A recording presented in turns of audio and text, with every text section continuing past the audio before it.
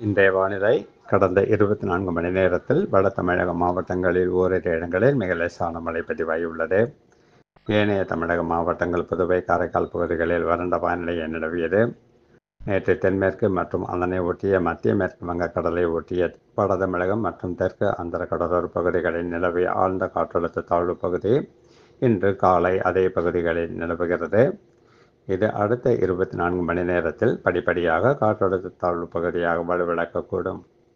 தமிழகம், புதுவை மற்றும் காரைக்கால் பகுதிகளுக்கான வானிலையை பொறுத்தவரை அடுத்த 24 மணி நேரத்தில் வட தமிழக கடலோர மாவட்டங்களில் ஒரு சில இடங்களிலும், ஏனைய தமிழக மாவட்டங்களில் ஓரிரு இடங்களிலும் லேசானது முதல் மிதமான வரை மழைக்கு வாய்ப்புள்ளது. நாளை 26 மற்றும் 27ஆம் தேதிகளில் தமிழகம், புதுவை மற்றும் காரைக்கால் பகுதிகளில் லேசானது முதல் மிதமான வரை மழைக்கு வாய்ப்புள்ளது. சென்னை மற்றும் புறநகர் பகுதிகளில் அடுத்த 2 நாட்களுக்கு வானம் ஓரளவு மேகமூட்டத்துடன் காணப்படும். நகரின் ஒரு சில பகுதிகளில் லேசானது முதல் மிதமான வரை மழைக்கு வாய்ப்புள்ளது.